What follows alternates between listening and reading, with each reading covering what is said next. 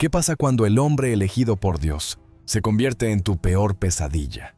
A menudo escuchamos sobre la gloria del rey David, sus cantos y su arrepentimiento. Pero la versión que te han contado está incompleta, falta una víctima.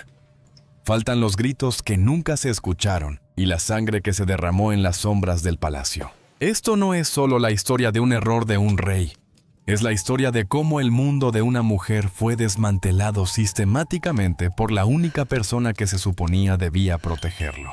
Es una historia donde una sola mirada desde un balcón condujo a un funeral a una dinastía caída y a una cicatriz en la historia que nunca terminó de sanar. Comenzó en una noche que debió haber sido silenciosa, una noche en la que el aire de Jerusalén sabía a jazmín y a un destino inevitable. Mi esposo Urías estaba lejos en el frente, sangrando por un reino que ya se estaba preparando para traicionarlo. En su ausencia, la azotea de nuestro hogar era mi único santuario, mi única catedral de paz.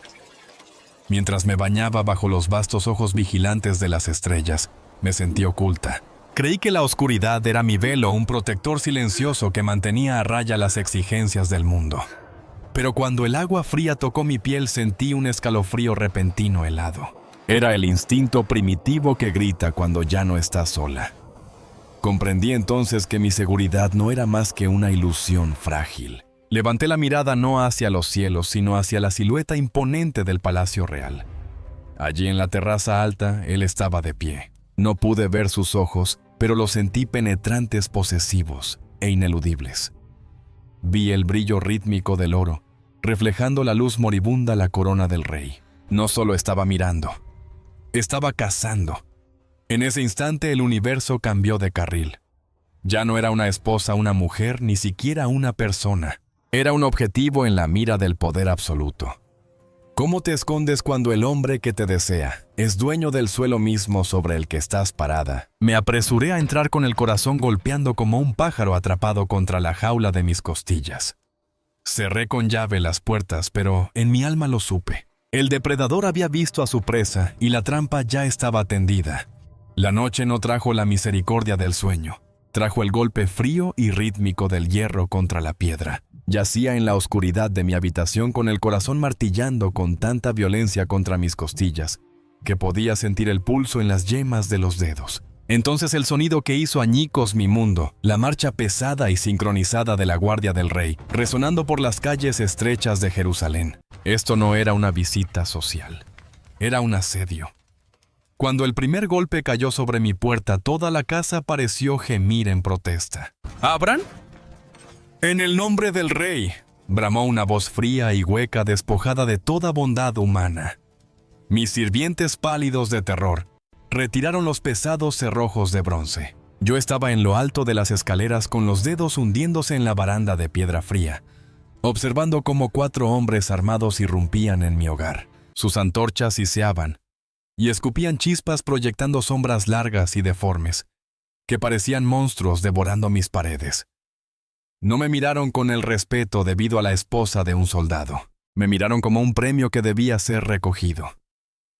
El rey exige tu presencia en la ciudadela, declaró el comandante con los ojos tan duros como el acero en su cadera. Miré esa espada, el mismo tipo de hoja que mi esposo Urías estaba usando en ese preciso momento para defender el trono de este rey. La amarga ironía me supo a ceniza en la garganta. Intenté encontrar mi voz, exigir por qué una mujer sin rango político estaba siendo cazada como una criminal a medianoche.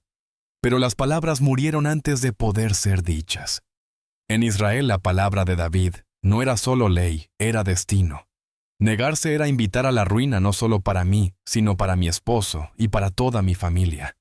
Mientras me llevaban a la fuerza hacia el aire helado de la noche, vi a mis vecinos asomándose entre las rendijas de sus postigos, con los ojos llenos de una mezcla de lástima y miedo paralizante. Nadie se movió para ayudar. Nadie se atrevió a hablar. Me estaban secuestrando a plena luz del día bajo el disfraz de la autoridad real. La caminata hacía lo ansiosi, como una marcha hacia un cadalso.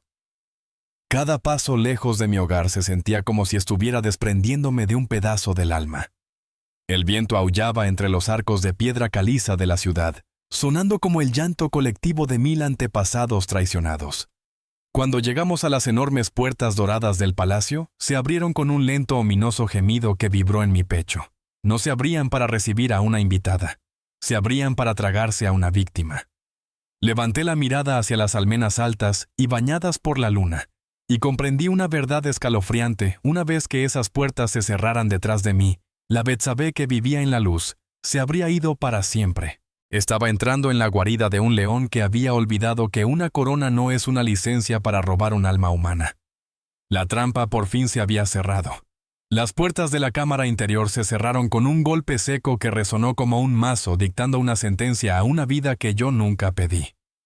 Adentro el aire estaba espeso con el aroma de cedro caro y mirra ardiendo, una fragancia tan dulce que se sentía sofocante.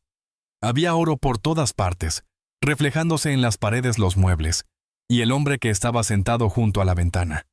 El rey David no se veía como el monstruo que yo había imaginado, mientras caminaba por las calles oscuras. Se veía sereno. Se veía majestuoso.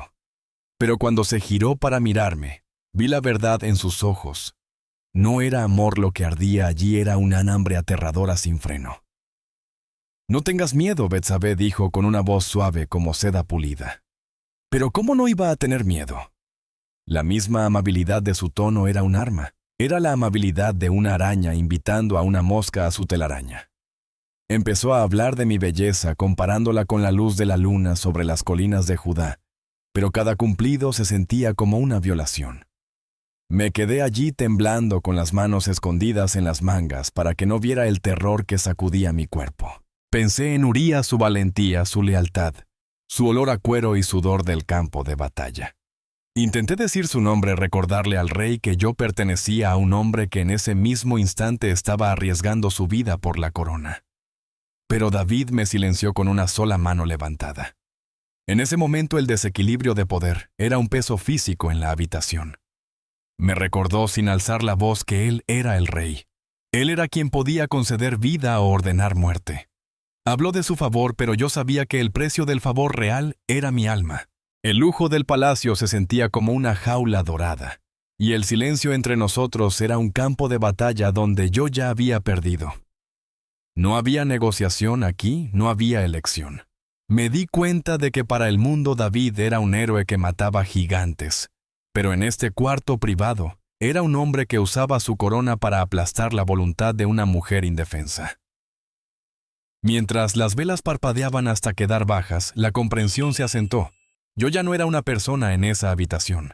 Era una conquista. El matagiante se había convertido en el opresor, y yo era el trofeo que él había decidido reclamar a cualquier costo. Los días dentro del palacio no pasaban. Se arrastraban como un depredador acechando a su presa. Estaba rodeada de un lujo que se sentía como un insulto, sedas que me quemaban la piel y vino que sabía a hierro.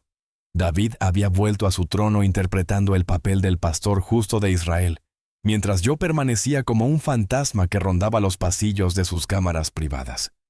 Pero el verdadero horror llegó con la salida del sol de una mañana que destrozó mi alma. La náusea en mi estómago ya no era solo miedo, era vida. Estaba embarazada. En ese latido los pisos dorados del palacio se sintieron como la tapa de un ataúd. Bajo la ley de Moisés, la pena por mi condición no era una multa ni un perdón real. Era la muerte por lapidación.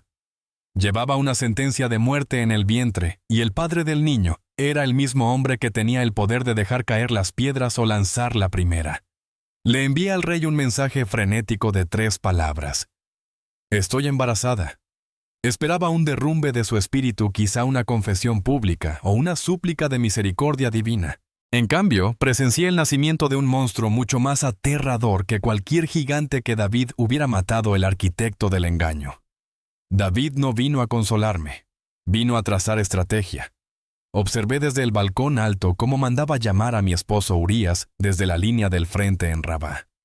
Fue un movimiento calculado sin sangre en un tablero de ajedrez de vidas humanas. El plan era simple y siniestro. Si Urías dormía conmigo, el niño sería considerado suyo y el pecado del rey quedaría enterrado en las sombras para siempre. Nunca olvidaré el momento en que Urías cruzó esas puertas. Venía cubierto del polvo del campo de batalla, oliendo a sudor cuero y a un honor inquebrantable. Era un hombre de luz, y estaba caminando directamente hacia una telaraña de oscuridad tejida por el hombre a quien veneraba como su rey.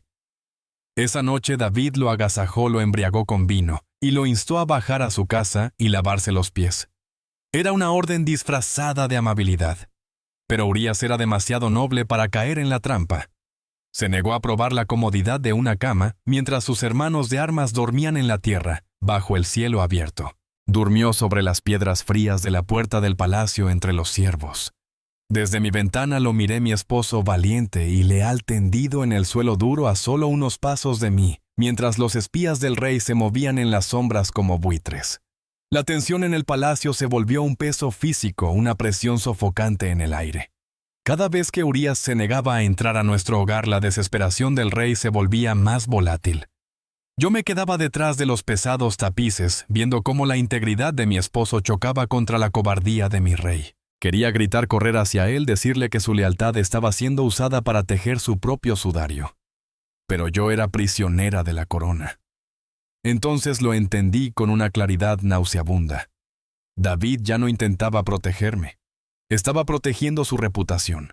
A los ojos de un rey consumido por su propio ego, la vida de un soldado no es más que un peón que se sacrifica para guardar un secreto. El hombre conforme al corazón de Dios se había ido. En su lugar estaba un hombre que quemaría el mundo para ocultar su propio fuego. La desesperación tiene un olor particular, huele a sudor frío y a pergamino quemándose. Cuando Urías se negó a romper su voto de solidaridad con sus tropas una segunda noche, vi desaparecer el último destello de humanidad en los ojos del rey. David se dio cuenta de que no podía engañar a un hombre honorable, así que decidió destruirlo. Me quedé oculta detrás de los pesados pilares de cedro del salón real, viendo cómo el rey mojaba su pluma en la tinta. El rasguido del plumín sobre el pergamino sonaba como una daga afilándose contra piedra. En ese instante el hombre que escribió hermosos salmos a Dios estaba escribiendo una sentencia de muerte para su siervo más leal. El plan era escalofriante en su sencillez. David dobló la carta y la selló con el anillo real. La cera roja y caliente parecía una gota fresca de sangre sobre la página. Luego llamó a Urías. Miré por una rendija de la puerta con el corazón hecho 1000 pedazos mientras el rey le entregaba la carta a mi esposo. «Lleva esto a Joab», dijo David, con la voz firme, sin mostrar rastro de la traición que aplastaba el alma que estaba cometiendo. Urías, siempre el soldado fiel, se inclinó profundamente. Se metió la carta en el cinturón, la misma carta que ordenaba a su general abandonarlo en medio de la batalla más feroz para que fuera derribado y muriera. Quería irrumpir por esas puertas. Quería gritar: «¡No la tomes, Urías! Es una trampa. Te está matando para esconderme». Pero mis pies estaban clavados por el miedo. Sabía que una sola palabra mía no salvaría a Urías. Solo aceleraría nuestra muerte. Observé desde mi ventana cómo mi esposo salía por las puertas del palacio por última vez. Caminaba con la postura de un héroe, llevando su propia orden de ejecución en las manos, sin saber que el rey por el que vivía ya lo había sentenciado a pudrirse en la tierra. La crueldad era asfixiante. David no solo mató a Urías, convirtió a Urías en mensajero de su propia muerte. Mientras el polvo de Jerusalén se elevaba tras la figura de mi esposo que se alejaba, sentí que una oscuridad descendía sobre la ciudad que ningún sol podría atravesar. El rey volvió a su vino, su secreto aparentemente a salvo, mientras yo me quedaba contando los días hasta que llegara la noticia inevitable de sangre y polvo. Ya no era solo víctima de la lujuria, era una cómplice involuntaria de un asesinato. El palacio no era un hogar, era un matadero y el rey era el carnicero. Esperar es una clase especial de tortura, especialmente cuando estás esperando que un asesinato se complete.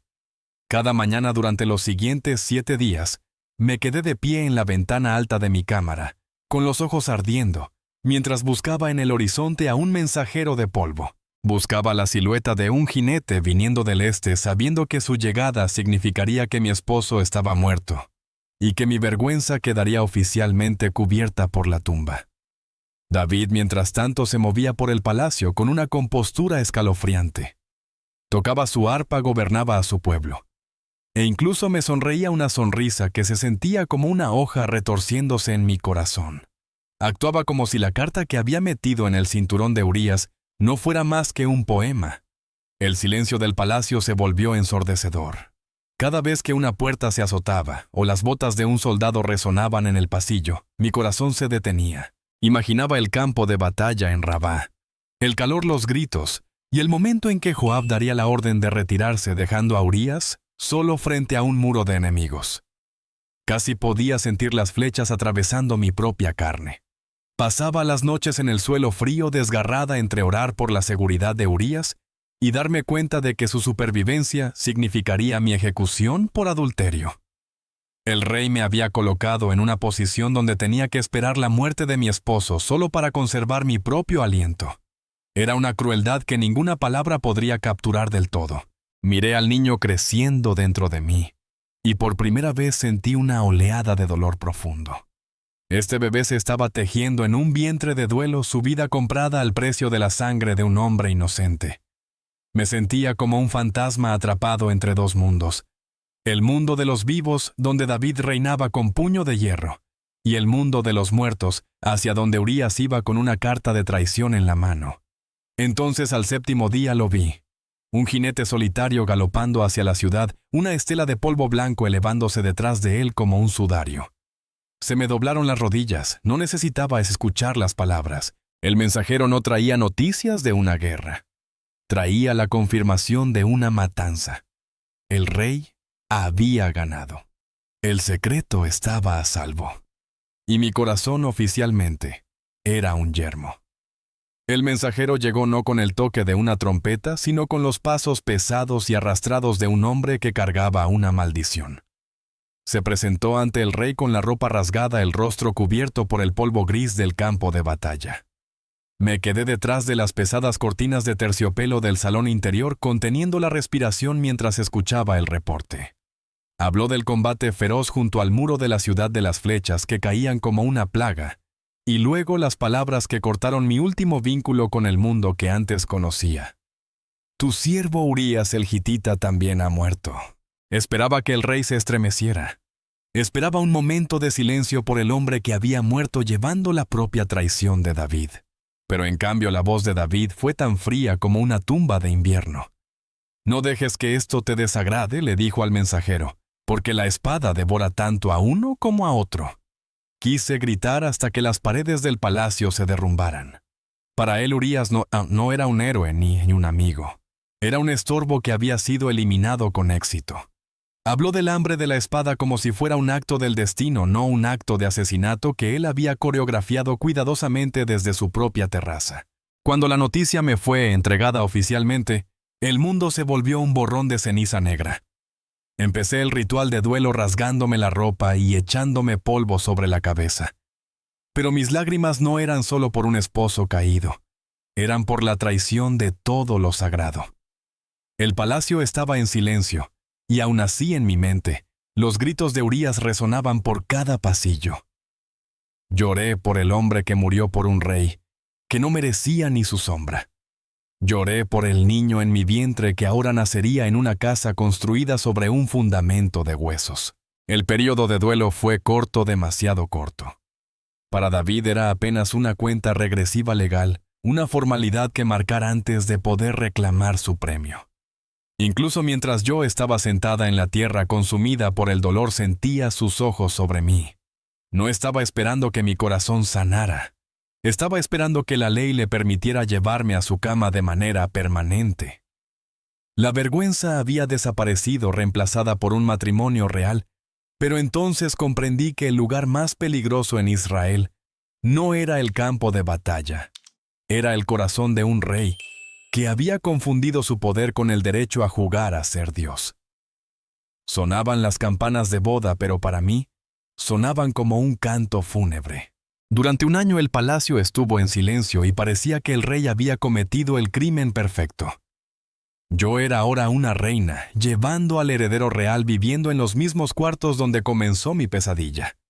David me sonreía convencido de que Dios guardaba silencio y de que el mundo había olvidado la sangre de Urías. Pero la justicia no es un fuego que se apaga, es un carbón que arde bajo la superficie. El silencio por fin se rompió no por un soldado, sino por un anciano con ojos que veían a través de la piedra.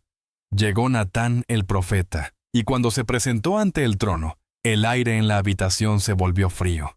Contó la historia de un hombre rico que le robó a un hombre pobre su única oveja. Observé desde las sombras cómo el rostro de David se enrojecía de ira autojusta. «El hombre que hizo esto merece morir», rugió el rey. En ese latido la trampa que David había puesto para Urías y para mí, por fin se cerró sobre su propio cuello. Natán señaló al rey con un dedo tembloroso y gritó las palabras que resonarían por la eternidad. «Tú eres ese hombre». El secreto había salido a la luz. La máscara del rey se hizo pedazos y por primera vez vi a David verse pequeño. Vi al Matagiantes temblar bajo el peso de su propia sombra. El juicio fue rápido y devastador. Natán habló de una espada que nunca se apartaría de la casa de David y de un escándalo que sería gritado desde las azoteas. Pero el golpe más pesado cayó sobre el inocente. El niño que yo había cargado en duelo la vida tejida con sangre y polvo, se convirtió en el precio final del orgullo del rey. Durante 7 días el bebé se aferró al borde de la vida, y durante 7 días vi al rey arrastrarse por la tierra, rogando una misericordia que nunca le había mostrado a Urías. Cuando el niño por fin dio su último aliento, el silencio que siguió fue más fuerte que cualquier grito. David siguió adelante, y con el tiempo encontró el camino de regreso a la gracia de Dios. Pero yo me quedé. Soy Betsabé, la mujer que vio al rey detrás de la corona. Viví para ver a mi hijo Salomón sentarse en el trono, pero cada vez que miro por la ventana del palacio, no veo la gloria de un reino. Veo la azotea donde todo comenzó. Veo el polvo en los pies de un mensajero. Veo el costo de ser deseada por un hombre que creyó que era un dios. El pecado de David fue perdonado por el cielo, pero las sombras en los pasillos de este palacio susurrarán para siempre el nombre del hombre que murió por el secreto de un rey. La historia suele ser escrita por los poderosos, pero la verdad vive en las sombras que dejan atrás. Si quieres explorar las historias no contadas de la fe, las voces silenciosas del pasado y los rincones oscuros de la historia que el mundo intentó olvidar, entonces únete a nuestro viaje. Suscríbete y activa la campana de notificaciones para que nunca te pierdas un capítulo del alma humana. ¿Qué otros secretos crees que se esconden detrás de la corona? Déjanos tu opinión en los comentarios de abajo.